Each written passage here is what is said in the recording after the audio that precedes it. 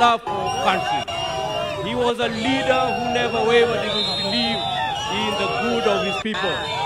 Raila Odinga lived a life of purpose. He chose to fly high, urge the nation to dare and challenge Africa to fight for its place in the world and to trace the dreams of the continent's founders.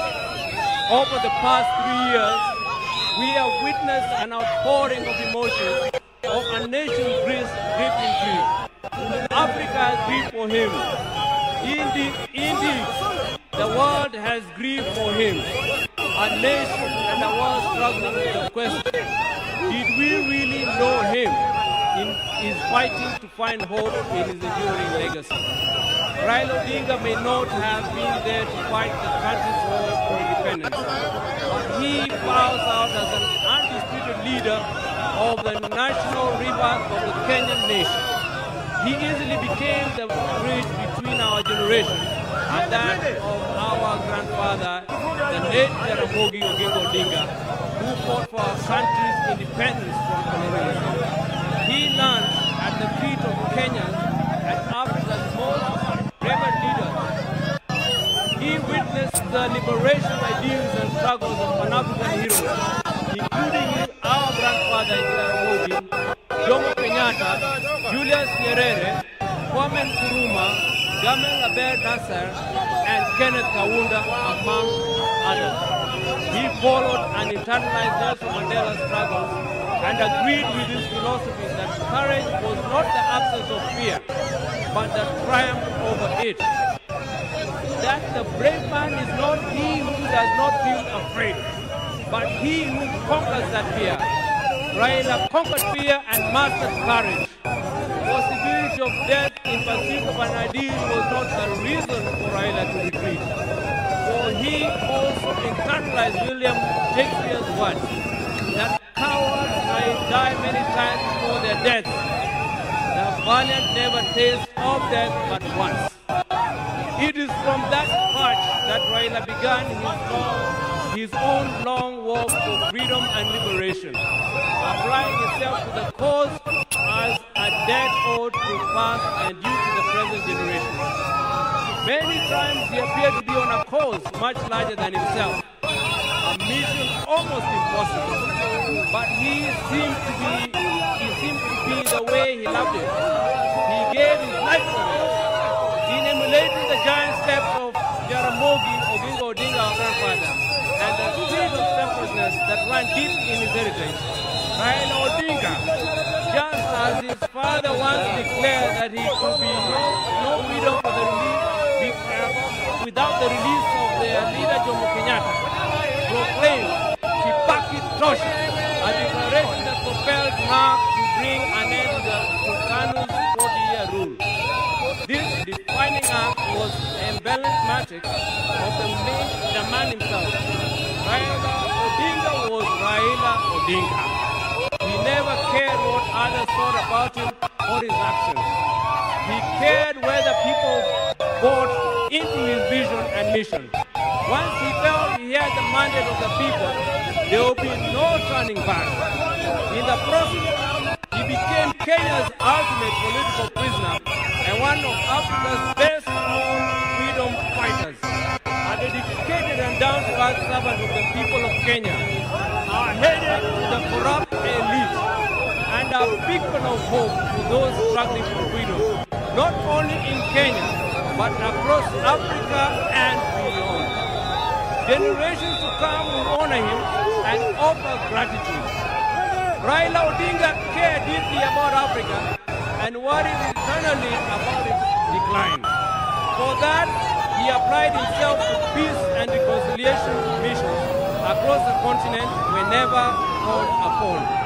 During the 90s, he worked closely with the International Republican Institute as a resource person for peace and conflict resolution in the then war-torn countries of Mozambique and Burundi, and offered similar support to peaceful electoral processes in Nigeria and Zimbabwe.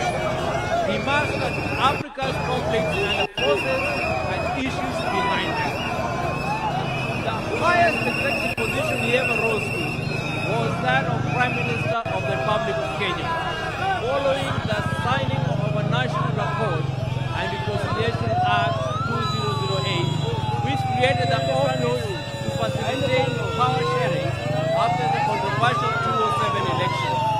Earlier, he had served as Member of Parliament for Langata constituency within the city of Nairobi from 1990.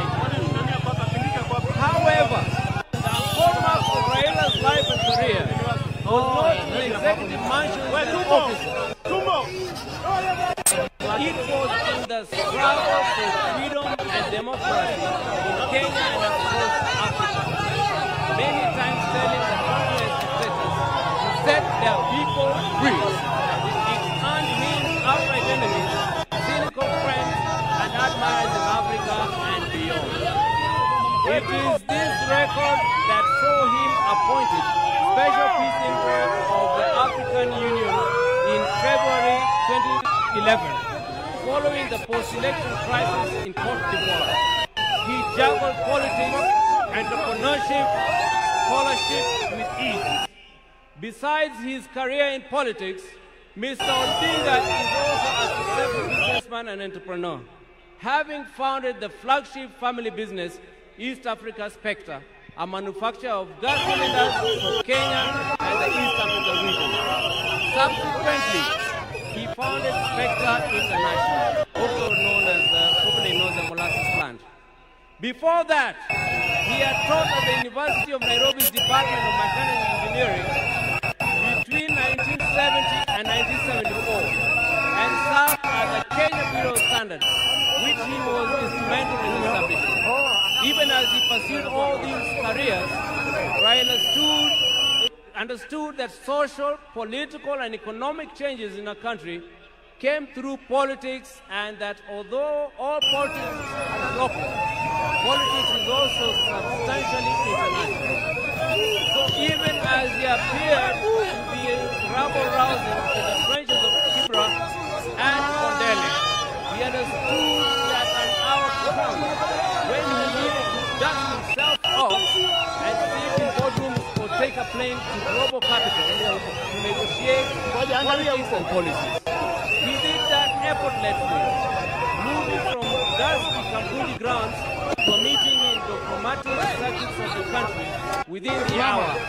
It was normal for Raila to be tear-gassed, water hose, and even shot at, waiting for him to show up at the boardroom for meetings with instrumentals as if torture at the field did not happen. He understood the place of man-to-man negotiations in a quest to influence policy and power. Raila disagreed fundamentally with many politicians about the state of the Kenyan nation and how to transform it. But those disagreements never stopped him from sitting down with those he disagreed with or sympathizing with the views of fellow politicians. Raila believed in political parties as vehicles for advancing democracy and governance. It is upon this belief that he was founder member of the Forum for the Restoration of Democracy Force, later called Kenya in 1991, the National Democratic Party NDP in 1996, and the Liberal Democratic Party LDP in 1997. And in 2005, his present political vehicle, the Orange Democratic Party of Kenya, ODM.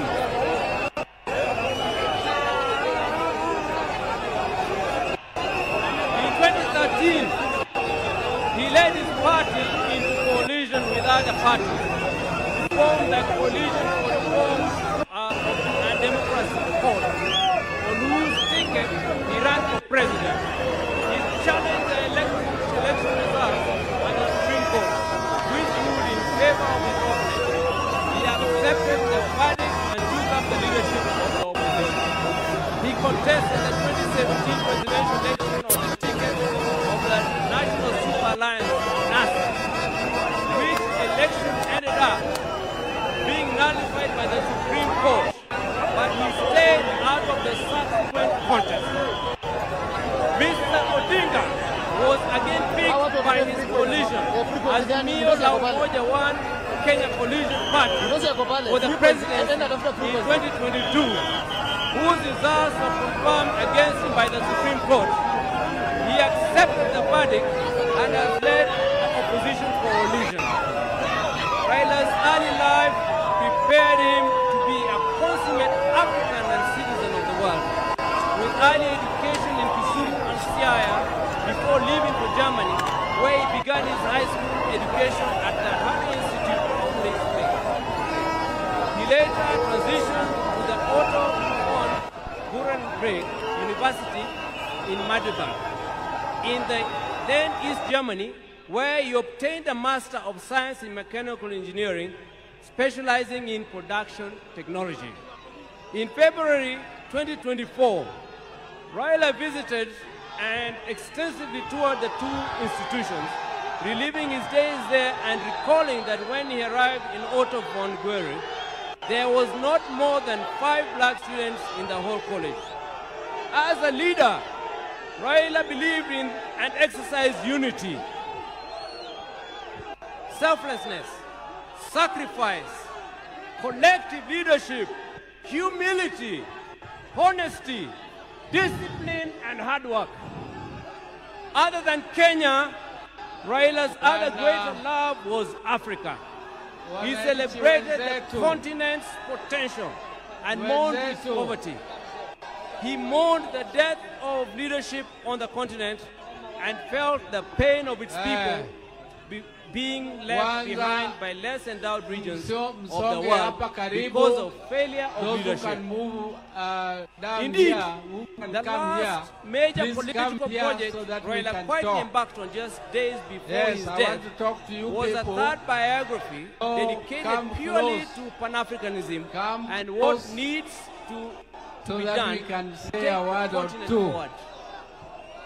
In October 2018, Raila was appointed as the African Union High Representative for Infrastructure Development in Africa.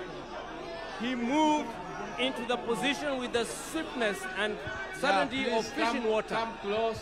He named the continental highway networks corridors, railways and airports as if they were in Kenya. He was at ease with Africa's trade deficit figures in comparison to other parts of the world.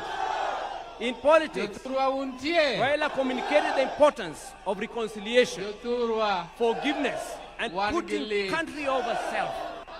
He forgave his jailers and worked with them to move the country forward. He emphasized that building a progressive country leaders rise above anger and desire for revenge. He also believed strongly the preservation of a nation requires the triumph of pragmatism over ideology. That when the nation is under extreme threat, leaders must embrace extreme compromise.